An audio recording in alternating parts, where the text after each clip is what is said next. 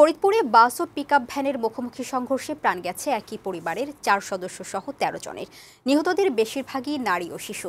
তারা সবাই পিকআপের যাত্রী ছিল। নিহতদের প্রত্যেকের পরিবারকে ক্ষতিপূরণ হিসেবে ৫ লাখ টাকা দেওয়ার ঘোষণা দিয়েছে জেলা প্রশাসন। এদিকে ময়মনসিংহে ২ বাসের সংঘর্ষে নিহত হয়েছে ২ জন, আহত হয়েছে অন্তত ২৫ জন।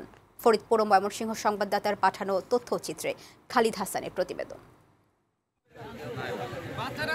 ত্রাণের টিন আনতে পিকআপ ভ্যান ভাড়া করে ফরিদপুরের আলফাডাঙ্গা থেকে জেলা প্রশাসকের কার্যালয়ে যাচ্ছিল কয়েকটি পরিবারের ১৫ জন সদস্য। পথে ফরিদপুর সদর উপজেলার কানাইপুর ইউনিয়নের তেঁতুলতলায় উত্তরা ইউনিক পরিবহনের একটি বাসের সাথে মুখোমুখি সংঘর্ষ হয় পিকআপটির। এ সময় দুটি গাড়ি দুমড়ে মুচড়ে যায়।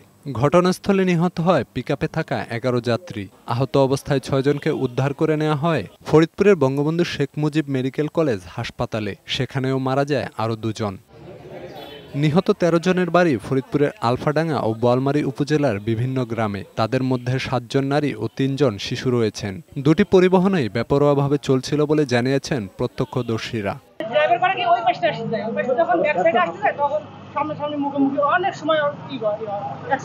এ ঘটনায় এখনো পর্যন্ত কাউকে আটক করা সম্ভব হয়নি বলে জানিয়েছেন করিমপুর হাইওয়ে থানার ভারপ্রাপ্ত কর্মকর্তা।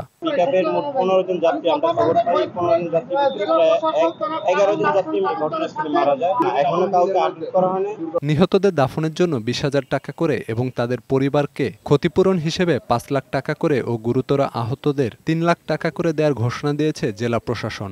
কারণ অনুসন্ধানের জন্য ৫ সদস্যের একটি তদন্ত কমিটি করেছি।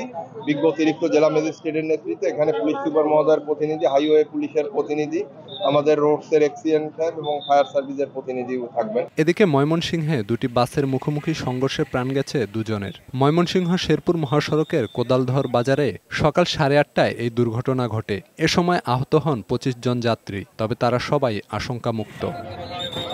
ডেস্ক রিপোর্ট, বৈশাখী সংবাদ।